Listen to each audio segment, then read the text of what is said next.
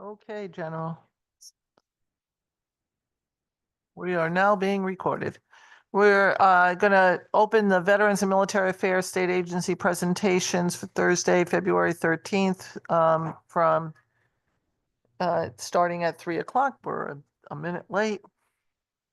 I apologize for that. Do you want to have any beginning opening statements? Yeah, just very briefly. Thank you, Senator Austin, Senator Marks, Representative Baker, and Representative Delaney.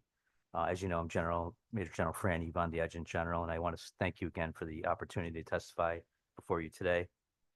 The military department's budget is adequate to administer the National Guard and the state military programs. When we look at FY 26 and 27, there are no large changes to the proposed budget from the 24 to 25 budget cycle. The current proposed budget is essentially flat. However, the Connecticut Department is facing some higher costs as every agency is. This means that the budget proposal is effectively a reduction in funding. However, the agency believes and is able to continue to fund its primary functions by increasing efficiency and specifically by reducing certain ceremonial programs that don't serve the primary role and our primary function. As we always do, the Connecticut Military Department will continue to use whatever resources are at hand and will be always ready and always there. So again, thank you for your time and attention. I'm here with Tucker Sauls, our legislative liaison. And as always, thank you for your continued support of Connecticut's home team. Thank you. So I have been talking to some people that directly work for you who have gotten some emails from the federal government on changes to status of military members. What is exactly going on relative to some of the members are federally funded, some of them are state funded. What can you sort of outline what's going on? So, if you'll remember, maybe from that day in Niantic, when we briefed, there's a bunch of different statuses that the military department has. So in this case, with the executive orders coming down from the current administration, we have about 600 title federal technicians, GS level technicians. They can be uniform wearing, Title 32 dual status technicians, or they could be civilian technicians. Tucker's a state employer, but they could be civilians in that case. So yes, they are getting direct emails every day, every night, usually. It's happened usually about 2 a.m. and generated by a bot is what we've kind of determined based on what the language or some of the lack of proper grammar and things like that. But the bottom line is, yes, they've been asked to do a couple things. One is to take the early out program. Two, to come back to work. So that's the federal part of our business, and we need to ensure that we're compliant with that piece of it. The department has issued an order that has the technicians coming in back to the office from telework. They were very good. We really didn't shut down during COVID, as you know, and so we were probably at about 50%. But our technicians, federal technicians that are federally funded, are definitely impacted by a myriad of executive orders that are coming down for sure. So I understand that we have to follow executive orders that come down. I get that. But some of them are being asked to take the early out with a one-word answer without any explanation of that. Are you given the tools to answer questions relative to what would happen if they took an in quotes early out with just saying yes or no or whatever? I'm not tracking the one-word answer. We've cautioned all of our folks to be very careful because if they were retirement eligible, things are moving so quickly that it's not clear that they may be signing up for something at the expense of another benefit that they have earned. We unfortunately have not gotten the roll-up from the National Guard Bureau of individuals who have maybe opted in. There was a temporary injunction. I think it's primarily on hold, but we're working through those issues pretty much daily. And how to, and again, all due respect to everybody, I worry about this because your members have to be mission ready at a drop of a hat. And I think this puts a lot of stress on some of the folks that are concerned about this. So you are essentially staying in on time, and in the moment conversation with your members to make sure that they are informed on, or telling them to at least be informed. So we have an HRO in Middletown, uh, again, federally funded, and they're in constant communication. We have bargaining agreements with labor unions that represent that force as well. And we're in the negotiation period right now. So some of these executive orders, as you can imagine, have turned some of these things upside down. But we are in communication with our employees. The short-term direct impact was to come back to work there, but we are fighting very hard. So that's the impact is to come back from teleworking. There's an exemption process. We're working with our folks down in DC, National Guard Bureau, and OSD, OMB to ensure or get clarity on who could make the decisions on any exemptions that a certain employee may need, whether it's medical or whatever. The other thing that we're fighting pretty hard for at the national level with them, and we're lockstep with them, is that the uniform wearing dual status technicians, that they are exempt. So I think we have successfully gotten that guidance in again, the multiple EOs that are coming out. And then we're also pursuing Title V as well. So on any given day, on the federal side, we're 49% manned for the requirement. So we're already in the hole nationwide, right? When we talk National Guards across the states, the district, and the territory. So we believe that there's not a lot of fat to trim down on our organization, because on any given day, we're basically at 50% of what we need to be at. Can we, and I don't know if this is something that you can share, can we get information or the letter that exempts uniform wearing staff from that request to leave federal service? That would be very helpful. Yeah, two separate things. Yep. So the fork in the road, and then the Yeah, we can get I've that. heard the Yeah. term fork Yeah. in the road Yep. is Exactly. so I'd like to get that. Okay. Another thing that I had been given, I met with some of the guys who were not assigned through you, but assigned military service down at the sub base. And they said that the medical contractors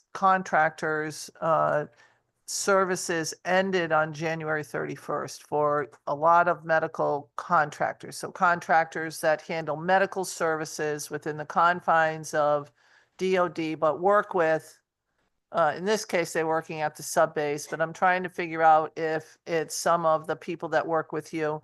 And one of the areas that was being shorted was the positions used for active deployment. So if somebody is going to be deployed, you send them through a battery of medical and mental health testings and services.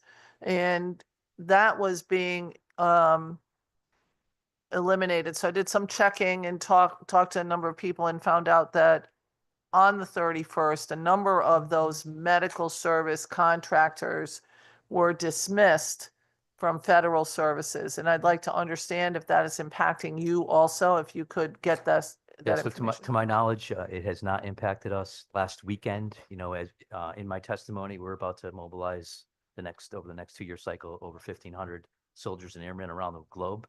And last weekend, the medical contractor, specifically the dental contract that we use, you were down in the buildings that Yep. one of our bonding requests is for the medical SRP building, the readiness processing building. But last weekend, I saw in a trailer the dental contracting extracting teeth from our soldiers in preparation of their mobilization. So we can go back and check, but to my knowledge, the contract has not impacted us. There is a caution statement here because on other federal programs, not directly related to the administration, but to the continuing resolution, where we have seen funding shortfalls. So we have the STAR-based program. It's we teach STEM related activities to 5th through 12th graders. or fifth through eighth graders. And that program every year is significantly underfunded. We go to the congressional delegation, a separate appropriation, doesn't come in our standard budget. That program is definitely, because of the continuing resolution, underfunded, and we actually have some challenges ahead that we're trying to make hard decisions on. We're going to be forced to make hard decisions on. So some of those things, I know Representative Walker and I would like to know the actual cost of some of those things so that we can look at them. Now, we know for a fact we're not going to be able to cover everything that is shortfalled by the federal government. But we would like to understand Okay. what is going on. Right. And so if you could get that to us, and if you hear that medical service contractors, not just dental, but people that do evaluations on I was hearing in particular behavioral health was not going to be able to do the job for deployment anymore, not going to be required for deployment any longer. And I just want to make sure that we're providing military members the need, that we're satisfying the needs that they have. So in the case of the National Guard, and when they go through that readiness process prior to deployment, or they do a periodic PHA, periodic health assessment, those providers are uniform wearing members that come in. They're doctors, maybe Monday through Friday, and they're doctors with us on the weekend. So that there's no impact there at all. Our behavioral health team are civilian wearing Title V's, again, fighting to get them exempt, no impact there. And as far as I know, the contract, like I said, because I saw it firsthand, because I opened the wrong door on the port trailer when the soldier was, under his procedure. And so I was trying to figure out why there was a generator hooked to a trailer that's right outside our medical facility. And but so to my knowledge, that contract, but we'll check for sure. But to be clear, our uniform wearing members who are drilling members that are in the medical profession have not been impacted, and they are a vital part of getting soldiers and airmen ready to deploy. I couldn't agree more. I just want to make sure, Okay, because I did verify it for the sub base. I didn't know if it was impacting you, and I want to make sure it is not, Okay, because to me it would not be. I will be very outspoken on us providing our service members with the things that they need. I have a couple other questions, but Representative Delaney has some questions. Thank you, Madam Chair. General Levon, it's good to see you and your team here, and I just want to start off by thanking you for your service and for your stalwart defending of America's home team. Thank you. I have two questions. The first revolving around the recruitment or the referral program, the Jeep program, and second to quickly touch on the governor's horse and foot guard, which has been something we've talked at length Okay. in the VMA committee. So starting off with the Jeep program, can you tell us the status of the Jeep referral program that we supported in 2023, and is the program adequately funded as it stands? Yeah, so the program, thanks to this very committee, or the Veterans Committee and Military Affairs Committee, has been a huge success. To date, we have 111 service members that have enlisted based on a referral from one of their friends, Army and Air Guard. So 111 in, maybe just over a year, right? The bill was passed in July or June of 23. We implemented the program a couple of months later. So hugely successful. We are burning very hot through the $169,000 that was allocated to us. And again, so I could argue that part of why we're trying to increase our efficiencies internally is to cover what may be a shortfall to that program. Because we continue, it's a good news story. Our newest members, our youngest members are referring this opportunity, the Connecticut National Guard, to their friends and their neighbors and their relatives, and they're coming in. So we're meeting our recruiting numbers, and it's been a huge success. And we're not going to shut the program down. We're going to create efficiencies within the organization, within the confines of our existing budget. Thank you, General Levon. My second question, to touch on the horse and foot guard. In the current budget, could you break down as best you can for the committee on how much those programs are costing the state, where within the budget it is, and if possible, it's a two-part. As a follow-up, could you get that information out to the members of the subcommittee? Absolutely. So we have similar inquiry recently, a couple of them from OFA. So that data is out there, and we'll definitely get that to the committee for sure. We roughly so 2 horse guards and 2 foot guards, it's roughly $1 million. That includes both direct and indirect costs. So the 2 foot guards are fairly easy and inexpensive. They reside in our armories and they don't cost much money. 6440 really has minimal impact to them to some extent when we talk about privatization. The 2 horse guards average out to about, again, direct cost, about $300,000 for each.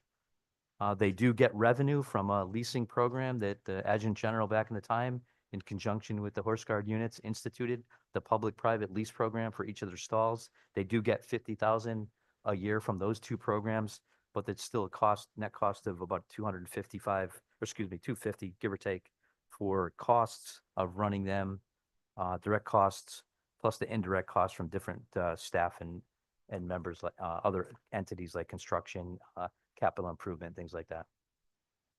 Thank you, sir. Okay. Thank you. And thank you, Madam Chair. That's all for me. Thank you. Senator Marks, followed by Representative Fonticello. Thank you, Madam Chair. Hi, it's great to see both of you. So that the reduction of 600,000, is that for the horse guard? On the second page, they have reduced funding to reflect current staffing levels, 600,000 and 600,000.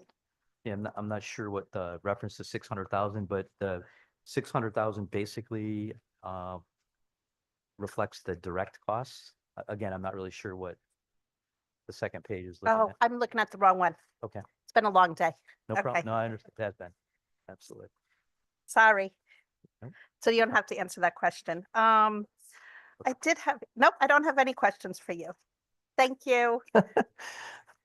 It has been a very long It day. has. You have no And idea. it's not, it's far from over. It is. Up next is Representative Fonticello. Good afternoon. Good to Thank see you you, for the sir. Valentine card. Thanks, Thanks for thanks that. to you and everybody in uniform for all that you do for us. We appreciate it. One of my questions was already asked, so I'll, as long as we're getting, excuse me, budget and type information, that covers my question there, I believe. Another one I had, I came in like 2 minutes late, and that's when the big stuff, I think, was asked. But regarding everything that's going on down in Washington and here and what have you, how are cuts impacting AGRs and techs? So AGRs and uniform wearing techs are not impacted at all. None. The civilian Title V, we call them, wearing, Yeah. non-uniform. We're trying to make sure that they're protected just the way uniform service is. And then the language is pretty gray on security concerns, national security concerns. Yep. And it's very gray on who the agency head is, meaning them, National Guard Bureau, the states. So we're kind of nugging through all of that as Okay. we speak.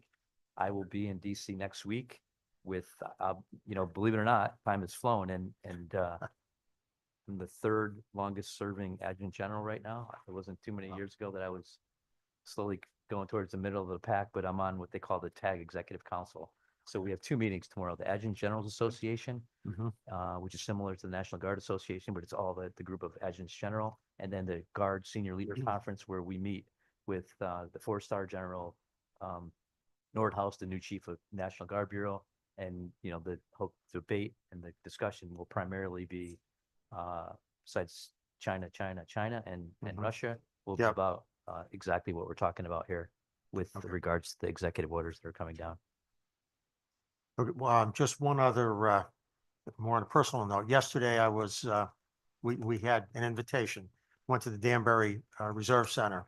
We had some of the first grade students in Brookfield made a bunch of Valentine's Day cards for the military. So we brought them there, and the 2 people, I think one was reserve, one was guard, who were actively working there. They took them on behalf of the units, and which was a good thing.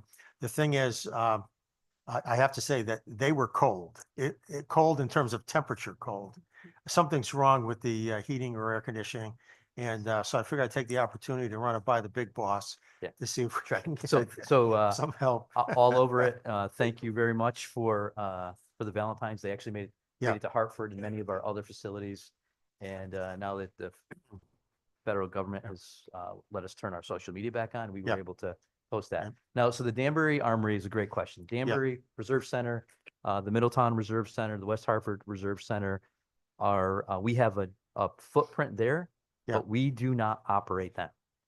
I can tell you, it's a daily grind. Our newest buildings are in the worst shape. In Middletown, the air conditioner never works in the summer. It'll work in the winter. And really from a reserve perspective, and you can appreciate that. Yeah. And because I've talked to my reserve counterpart from the 99 to now, who owns most of New England, they don't have that O&M budget to make the repairs. Oh. General Heddenberg was down there Yep. over the weekend to see feel firsthand how cold it was. It's a travesty, quite honestly, and I would take any of our older armories that we own and operate to take care of them to our standard, the Connecticut National Guard standard. I could tell you that in conversation with the reserves, we are MIPering money, so sending money from Yep. Connecticut National Guard to the reserves, and our maintainers, it's a good news story, unfortunate, but a good news story. Our state maintainers are going to clear snow in Middletown because they couldn't figure out how to get it done. I walk into the Middletown Armory, one of our newest buildings, and if there's 6 in both male and female latrines, if there are 6 stalls, 4 of the 6 are broken. So we're working with them to try and upgrade, to really just to try and own it. One of my asks at the national level is for them to consider taking that over from a National Guard perspective. And because what happens is the contracting goes all the way down to New Jersey. We have our own contracting team, right, in Windsor Locks. We can execute contracts and get stuff repaired a lot quicker and more efficiently. We've had a contractor down there that they investigated. It was basically, he covered multiple armories. So he had a bunch of different phones. So he'd sit his phone in Middletown and he'd drive to West Hartford. And it looked like he was on the clock cleaning the building. And our individual soldiers were, in this case, were bringing their own toilet paper and soap and things like that. It's just a horrible program and something that we fight day in and day out.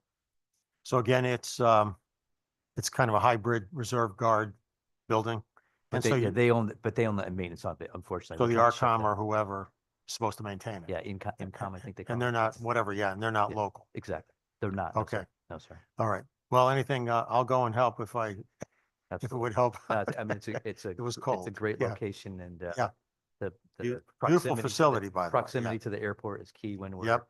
flying folks in and out from a training perspective. Absolutely. Thanks. And if they're listening, thanks to them No, also. thank you. Appreciate it. Representative Acker. Thank you, Madam Chair, and gentlemen, thank you for being here in your group. Question I have is something similar, and probably looking for more of a general answer. But I looked through the budgets, and appropriations was something I was asked to sit on. So it's a new committee for me. I always look for the challenges of them. But when I look at expenses, I see a lot of good line items and they're specified, except then I see a large number, it's called other expenses. Could you brief me on what is in other expenses in your department? So the OE is basically our maintenance piece. So there's the PS, which is the personnel, the salaries, and the OE is everything else. So on the federal side, we call it 2065, but it's the stuff money. So it could be upgrades to lighting. It could be the maintenance contract for the folks that clean a given armory, but it's all of that other non-personnel related things. Okay, so the operations other than personnel services, right? Okay, Absolutely. thank you for that. Maybe the toilets could be put on that. No, I Well, know that's a different department, but I it could- heard that could be, but, conversation. For sure. Thank you, General. So I have a couple more questions. One, I know that there's a problem with the honor guard, and I know you would like to see it not be necessarily under the military department. But my concern with getting rid of the honor guard without having someone oversee it, I know that there's actually a problem with one of the places, not the other one so much. What can we do? Where would it more properly be housed? Because this has been around since the beginning of time in Connecticut. And we didn't do anything for the 250th in this state. To get rid of this, to me, without without fixing the problem, is really a bad move to not have something stay that has been a mainstay in Connecticut since Connecticut was formed. And so that is my real concern on this. And I know we've given you a headache when most of your places have no headaches in them, other than the fact that they don't have bathrooms. Apparently the federal government doesn't want to have bathrooms. I don't know, maybe they don't use them. just I can't don't figure out how to know, fix trying it. to figure it out. So what is the answer besides throwing it away? Oh, right, yeah, that's so, you're talking, the question is about the governor's card, not the honor card. The honor card is Yeah. is a separate Yeah. line item. It covers the military funeral honors. So it's a great question, obviously, and it's created a lot of angst over the last many years, quite honestly. Most recently, the last couple of months. The agency feels that privatization gives them everything that they've asked for over time. Doesn't directly answer who's in charge. A red line, honestly, that I draw would be to not give the governor's guard to another agency.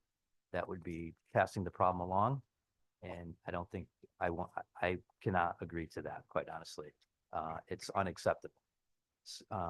So if they were privatized, we feel they don't fall under the umbrella, the rules and regulations of the military department, some of the state laws, some of the restrictions that they get to raise money and to fund themselves. They would be wide open. I know we have a scheduled, I think the committee chairs, Veterans and Military Affairs Committee chairs, and maybe some of the ranking members, along with the leadership, the 4 commandants, and the agency leadership next week to figure out maybe a way ahead that may look like a compromise or not. But we believe that they would, in many cases, be much better off on their own. We house the 2 foot guards already. And if there was an agreement where the property, so when it comes down to the property and the horses, if we were somehow able to convey the land and the equipment to them, they would even be better off. So I'm not sure that answers the question or not. Well, it does give me your perspective on it. I can tell you, we've done that. We did that in the state. One day we woke up, we didn't actually wake up. We just decided to follow a policy that the federal government did relative to psychiatric institutions. And we said, we're going to close these. We're going to privatize all these services. It's going to be a great thing. And I can't wait to see all the privatization that will happen. They'll be able to do it. And then we never followed through with anything. They never got the supports they needed. Supportive housing was not built. And people wonder why we have, 28% of male inmates chronically ill and 80% of female inmates chronically ill. And we have a homeless population that is at least 50% chronically mentally ill. And I use that as an example of a privatization that everybody said was going to work and it didn't work. We did the same thing with DDS.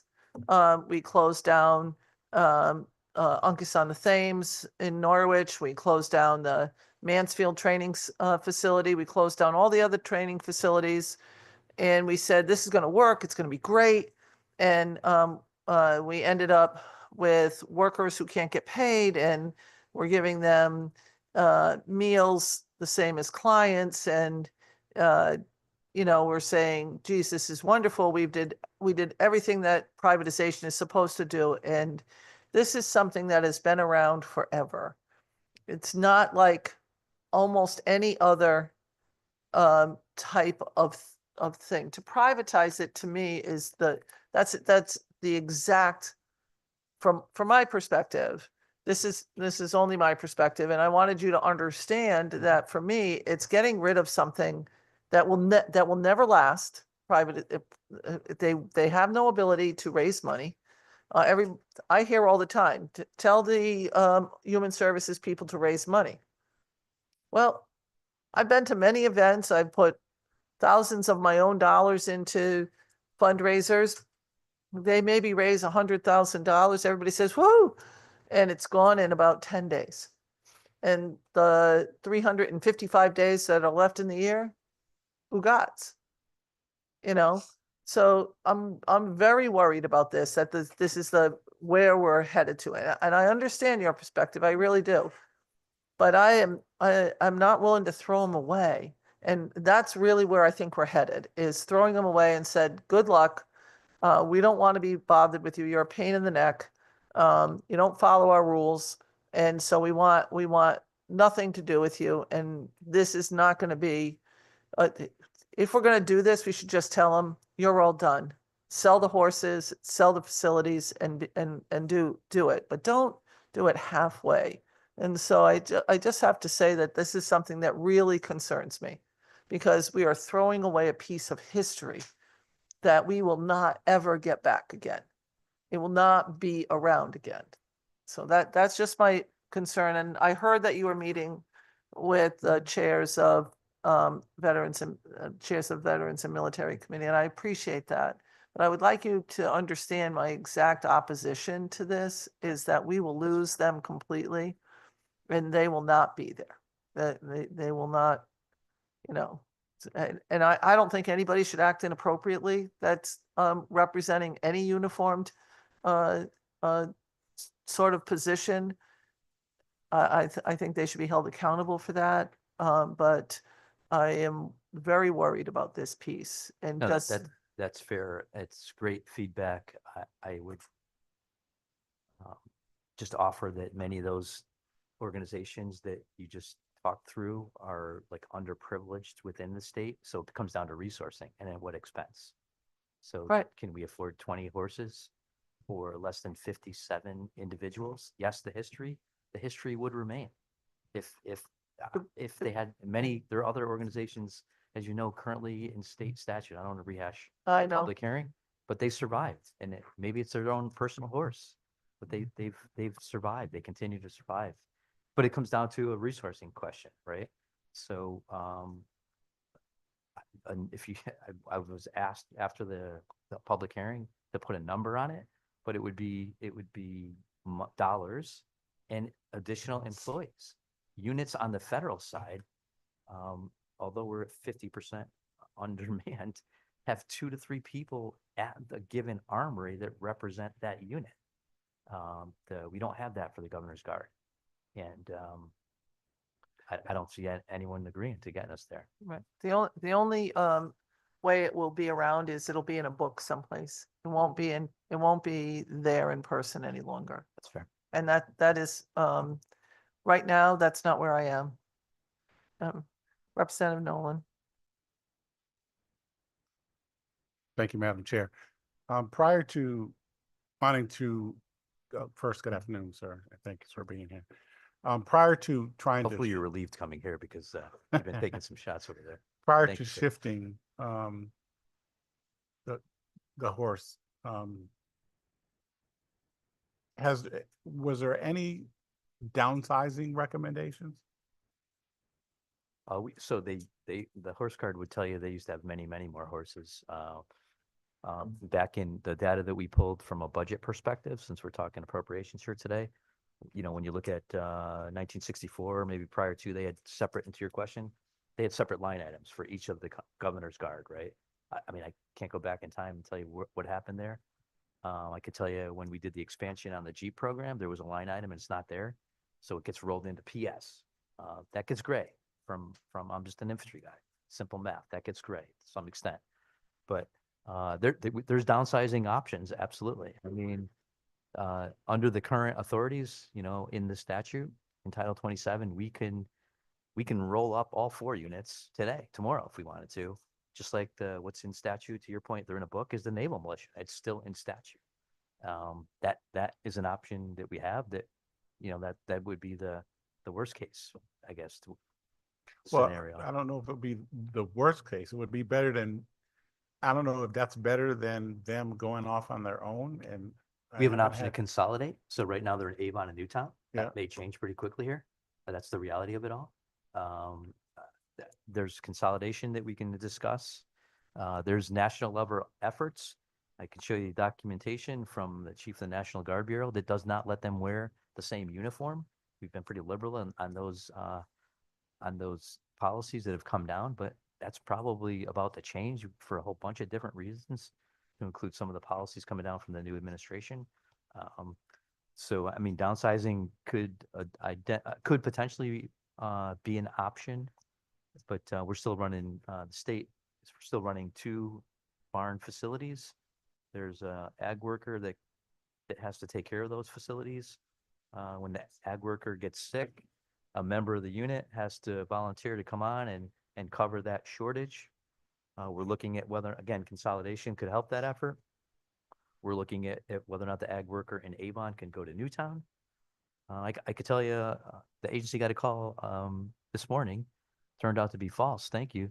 I mean, thankfully, but that the person who covered for the agricultural worker allegedly left the horses out overnight. So these are the type of issues, right? I'm not talking about the legal folks. I'm not talking about any other personnel action, but these are real problems and issues that the agency deals with day to day.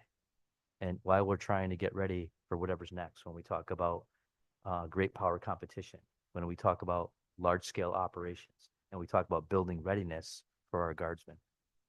Okay, thank you, sir. Any other comments or questions? Representative Fonticello? Thank you, Madam Chair.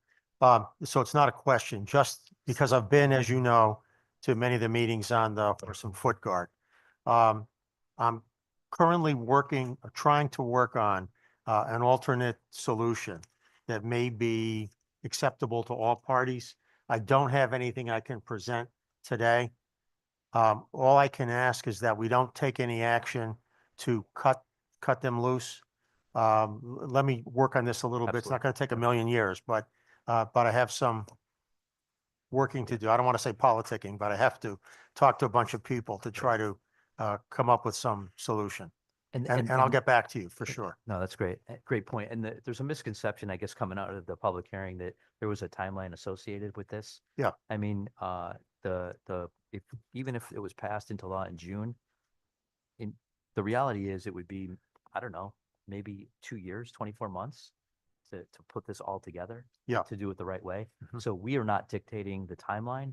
I think, as I stated during that same day during the public hearing, I think the mechanics of how we enter the proposal may have Yeah. started the clock, but we've been held to or criticized about this 12-month standard, and that is not coming from the agency, and we do believe we can work around that for sure. That's too easy.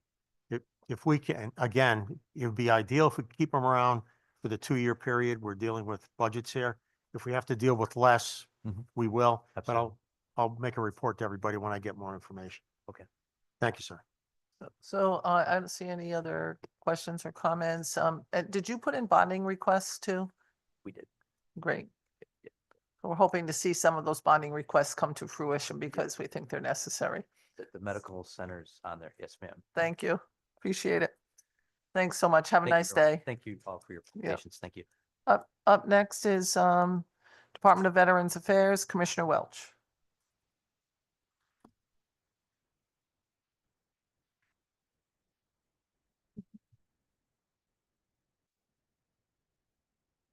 Good afternoon, Commissioner. How are you? Hey, good afternoon, Senator Austin, Representative Walker, Representative Delaney, Representative Eckert, and Representative Fonticello. We do appreciate your time today to be able to discuss the governor's budget as it pertains to the Connecticut Department of Veterans Affairs. The mission of Connecticut Department of Veterans Affairs is serving those that have served. And with these 4 words comes, as you can imagine, a great amount of responsibility. It's because those who have served and those who continue to serve that we can live in this free and democratic nation. We thank our veterans and current service members across the state and nation for their service. Connecticut Department of Veterans Affairs also recognizes the family members of those who have served and are presently serving as they bear the sacrifice of the loved one's service and we work with them to extend the benefits that they have earned also, where applicable. We were established back in 1864. We're the oldest home, veterans home and hospital in the United States, and we continue to serve approximately 146,000 veterans in Connecticut, 24 hours a day, 7 days a week, 365 days a year through our 4 core missions. Our residential living facility provides housing, vocational rehabilitative services for individual veterans and their families. Our CMS certified 125-bed skilled care facility provides around-the-clock nursing care to our veterans who call the campus home. Our Office of Advocacy and Assistance assists veterans, their spouses, and eligible dependents obtaining benefits to which they may be entitled to under state, federal, and local laws. And lastly, we provide cemetery memorial services to our veterans and eligible dependents. At Department of Veterans Affairs, we continue to update programs, procedures, and facilities to improve our delivery of services efficiently and effectively. We have recently broken ground on 3 different ARPA-funded renovation projects that will provide an additional 46 units of short-term housing to our veterans and families. Additionally, we have embarked on replacing our antiquated electronic medical record system at the healthcare facility. And Department of Administrative Services has done a request for proposal to help us procure the land for the cemetery expansion. Department of Veteran Affairs continues to strive for energy efficiency on our main campus in Rocky Hill in conjunction with Department of Energy and Environmental Protection. We're replacing the aging steam boiler with a new energy efficient unit. This has been an ongoing project, as you know, for multiple years, and we're still renting a boiler at the cost of $30,000 a month. Moreover, working with Connecticut Green Bank and our planning phase of installing 2 large solar power fields on the 92-acre campus in Rocky Hill. We continue to expand partnerships with federal, state, local, and nonprofit agencies, as well as our other statewide veteran service organizations to pool resources, coordinate efforts, and expand our services to our veterans. We're also in the final stages of completing a renovation to our Veteran Resource Service Center, moving closer to our goal of making our campus a one-stop service hub for our veterans and family members. The governor's proposal biennium budget enables Connecticut Department of Veterans Affairs to continue improving our services, delivering through fiscal year 26 and 27 with limited structural adjustments to expenditures from the department's institutional general welfare fund. And it's a tremendous honor to continue to serve our veterans and families as the Commissioner of Veterans Affairs. I'd like to thank all of you for your time and your service to support our veterans and families. And I'm now prepared to take your questions. And I would like to introduce Mary. Mary is our relatively brand new actual fiscal manager too. She comes with a wealth of knowledge. We're really lucky to have her on board. Our prior FAM2 left the organization on the 20th of September, and we were just able to recently bring Mary on board. Thank you, Commissioner. Appreciate it. Representative Delaney. Thank you, Madam Chair. Commissioner, Mary, thank you for being here today. And I just wanted to say first, thank you for your service, Commissioner, Mary, and a quick shout out to Sergeant Major Carragher at the Office of Advocacy and Assistance for his incredible work too, and all the Absolutely. VSOs. Thank you. My questions, and I'll do my best to keep them short, revolve around the projected or requested $600,000 reduction in personnel services. I know that the note here says that it's to reflect current agency requirements. However, in our experience, and I know we've talked many times about this with regards to constituency services, to staffing levels, that you guys need more funding for folks into the field to be able to do the job. And so, my first question is particularly around the new VSOs that we were working to bring on. Have those VSO positions been filled? The new ones that we appropriated last year? Yes, the ones that were appropriated, and thank you very much for making that happen. They've done tremendous work. We have now 12 certified veteran service officers. They have taken care of about just under 10,000 clients, generating about $199 million in revenue from the federal VA. When I say revenue, benefits back to the veterans and their families. Thank you, sir. And then where are we with the staffing at the Rocky Hill nursing home? Right. So from a staffing perspective right now, it's a 125 bed facility. Our census, we've got about 90 on board currently. And, our head count, we're authorized 241 people. So it's a moving target with how many come in and the whole hiring process, the length of time it takes to get somebody on board. We've been able to hire about 14 people in the last year. 29 left the organization. We've been able to bring on about 14, and a lot of those were focused on the healthcare side. Thank you, Commissioner. And Madam Chair, if you'll indulge me one more clarifying question. And I really just want to address and expand on the $600,000 projected reduction. Where do you not need the funding? Where is that money coming from? And can you just, for the purpose of everyone listening here at home and Yeah. the members of the subcommittee, just expand on that? We need the money. We think it's from the normal turnover. Mary, you want to come up for a second? We think it's the normal turnover of the positions. On the document, Manning document, we have 262 positions that appear. We're funded right now for 241. And we think that 600 was they identified as being an unused resource. You want to chime in? Good afternoon. My name is Mary Grennan. The $600,000 reduction is based on historical staffing levels. So we have a approved position count of 241, which are fully funded. But because of the length of time it takes for a full cycle of recruitment, that we don't anticipate that we would ever be at 100% throughout an entire fiscal year. And that gap in staffing when somebody leaves and the time that it takes us to fill that new position has historically left us with an approximately $600,000 lapse at the end of each fiscal year. Okay, so just to make sure for my edification, I apologize, that way. So for my edification, so you're saying because at the end of the year, there's usually this money in an in-between area because it takes so long to hire folks or that.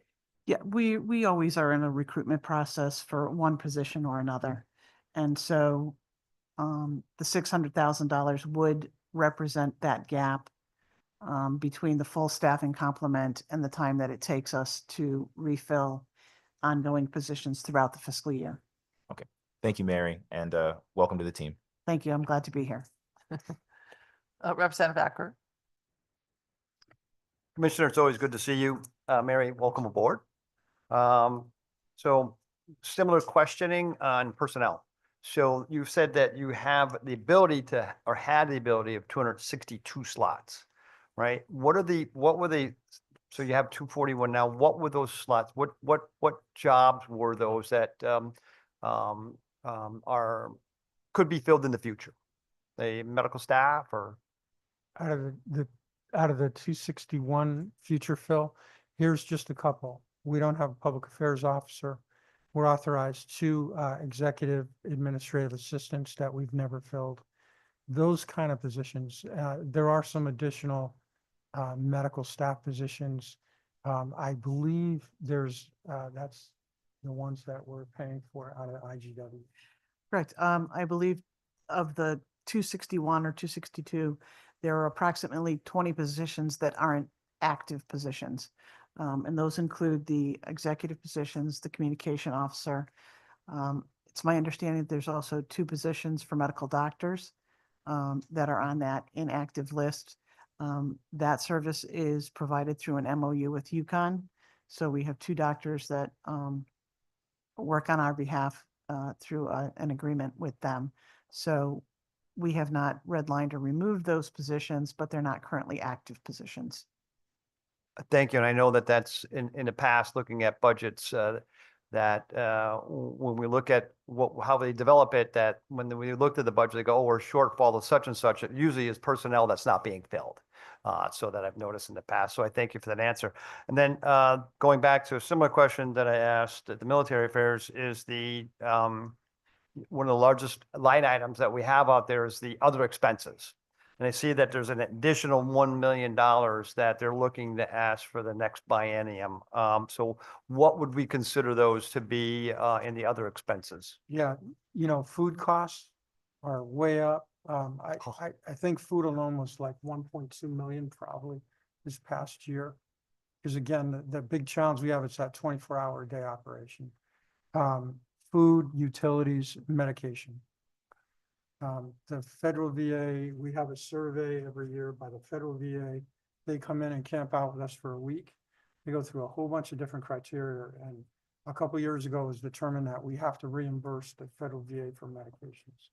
So we're in the process of doing that now. We have a sharing agreement with the residential program and the healthcare center. So. Thank you for that answer. And I think we all in our households can understand the exact things that you're talking about, what expenses have gone up in that time frame. So I thank you for that answer. Thank you, Madam Chair. Thank you. I think we're almost done, Commissioner, but I have one question relative to cemeteries and burials. Where do we stand on the facilities that are available Yeah, now? thank you very much for that, Madam Chair, that question. So I just testified downstairs. We did written testimony, and I just testified in person. By 2027, we will not be in compliance with the federal VA. Federal VA requires us to be able to do three things: traditional burial, 4x8 type burial in the ground, a 4x4 with cremains, and the columbarium. So if we can't do those three things, then we can no longer get federal reimbursement. So by 2027, we'll be out of the 4x4 burial sites. We have worked really hard and will continue to work with administrative services on the property procurement. We did on the 31st of January submit a request for proposal. They submitted on our behalf to purchase 50 or more acres of property somewhere in Connecticut. Densest population veteran-wise is in the eastern part. Out of the 146,000 veterans, there's 46,000 are in the eastern part because of the sub-base and those veterans that work at Electric Boat and retire. And, there's the Coast Guard Academy, and there's a big veteran population out there. Ideally, you always want to have the cemetery probably in the middle part of the state, so it benefits everybody. The demographics really reflect eastern Connecticut. So hopefully there will be a parcel out there that somebody will want to sell. We did get $3 million, you probably remember, from the State Bonding Commission on the 8th of December last year. We're grateful to have that. That'll enable us to purchase whatever property becomes available. We have looked at surplus property. Nothing right now is working out for us. We spent the better part of a year focusing on Middletown. It was 92-acre parcel the state owned at one point in time. They gifted to Middletown. We thought we were going to be able to purchase it back, and at the 11th hour, 59th minute, Common Council shot it down. So, and it was overwhelming to listen to testimony. So the suggestion that I would make back to the governor is that that's not feasible to go for that 92 acres. We're gonna have to look somewhere else. So we'll have to look around eastern Connecticut to see if we can find you some property there. In the perfect world, and some have already responded to the RFP. We don't know exactly who. We did see one property owner out in the Lebanon area immediately responded back with a potential piece of property. So in the perfect world, we're looking for something that's buildable, 50 acres. When I say buildable, some kind of road infrastructure close by, power, water, and a community that wants the cemetery there. That's the most important part right there. Somebody that embraces it and wants to have a final dignified resting place for our veterans that have service and sacrifice so much. Representative Baker. Thank you, Madam Chair. I had a question in regards to headstones. I thought that they were paid by the federal. Is that for a So foundation fee or is? We get a reimbursement for the 4x4s and 4x8 traditional burials and their cremated remains. It's a little under $1,000. I believe it's $998 for anybody that we inter within the cemetery itself. So it's the foundation fee that the line items for. There's many things that happen within that cemetery. You know, the vaults, the headstone. Yes. And opening the grave. So there's a lot of. So things it's the that- vaults that are being included in the graves that this line item has went up to. Okay, all right. And, all right, and This then is the, his job, by the Yeah. way. Oh, wow. This is Okay. his absolute job. So that's, he knows, so this is something that he has great interest in, so. Have you been out to Middletown? yes, I have. So I noticed that you have your new section where you have the vaults provided Yes, in there there's now in those 2,000 new pre-placed sections. So, yeah. graves is what we call it, mm-hmm. essentially a pre-placed vault. So that's what I was looking at it. So I understand what you're saying with the newest section and stuff. And does that include the niche section too? In terms, we don't get reimbursement for the niche. No, you don't? Okay. No. All right. That's the only portion. The other two, we do get that Okay. $998. All right. I mean, I understand that, you know, I know the cost of what they cost. So thank you for But sharing. the most important thing is if we can do this right and follow the federal guidelines, and we got inspected this summer, we did remarkably well. The first inspection was probably 3 or 4 years ago. If you were to go F to A, probably got a D on that inspection. This most recently was probably an A minus. Mhm. So, and if we could have gotten that property in Middletown back on the 12th of November, if we had the sale agreement signed, the federal VA would have given us $4 million. Okay. I had her actually write a letter back to the federal VA saying, sorry, we can't execute. Okay. So they took that 4 million, another 3 million, they gave Alaska 7 million to open a new cemetery. So at the end of the day, we really hope we can be in total compliance and get a lot of federal reimbursement for what we're trying to create. Okay. Well, I must say you did a wonderful job over the years of that, you know, especially with the niche section. Real veterans families really appreciate it, and they're starting to use the niche section a little more than the burials of the urns. So keep up the good work. The grounds We have an excellent. exceptionally It great is. It team. really is. And I know I've seen that, improvement I know over this the years. committee supported a lot over the years to get that cemetery to the standard that it is now. Okay. I call it the mini Arlington because that's Right. what it reminds me of. Yeah. Well, just one recommendation. Can you add another restroom there for me? Well, so we really are not compliant right now at that cemetery because you're supposed to have a committal shelter, Yes. adequate parking. Every service is supposed to be represented with service flags and, you know, the appropriate restrooms. And Yeah. there's a couple of things we're missing to really get it to the standard we want it. All right. Thank you. Representative Acker. Thank you. Thank you, Madam Chair, for the second time. And I meant that, and thank you for testifying today. I did hear your testimony in Veterans today, so I appreciate you being there and for what you care for. And so is there any consideration, because my dad's there, and so I went with Channel 8 and did a story about that, what was going on, and tried to give support to getting it over the hurdle and being right next door. Is there any consideration, and I know that I have a separate plot for mine where I can be with my my family members in a cemetery that met if I don't decide to go to one of the news, it'd have to be a new cemetery unless my short-lived here on this earth. But if there's couples that are military couples, both service members, is there any consideration given to them that if one's already in the cemetery, that a spouse will have an opportunity to be in the Middletown spot with their husband and or wife? Yeah, they're entitled. They don't both have to have served. Your dependent eligible dependent is entitled to be interred with you. I know you can be, I know my stepmom could be married with my dad. I know that, but is there, and the stone, and then her writing is on the back, I believe, of Right. the headstone. Is there consideration? So I guess what would you do if it's a couple? They wouldn't get their own monument, right? If they both served in the military, Yeah. they would get a separate plot. They would be entitled to do that. Yeah, they would get a separate plot, right? But but let's say there's not room because they passed on after the other closure, they'd have to go to the other cemetery. Is Right. that correct? Yes. That was wondering if there's any consideration, and I don't know how many there are in Connecticut that military spouse, if there are slots left so that Yeah. they could be in the same cemetery as their spouse that is predeceased them. We would encourage and we do encourage people, and we can make sure we emphasize this with our municipal vet reps to pre-register. Yeah. You know, try to get that pre-registration done. Okay. That's what I was wondering, because if I was be buried, I could be buried with my father, but I don't see that happening. I hope, pray it doesn't happen if that. Now, most states have multiple cemeteries, right? Larger states, I would think, have multiple cemeteries. It's not untraditional not to have one spot, right? Right. Okay, that's another thing that I was thinking of. Eastern Connecticut, as you mentioned, would be a great spot with, as you mentioned, I think it was 47,000 of the veterans 46,000 now out of the 100. are in Eastern Connecticut. 46,000.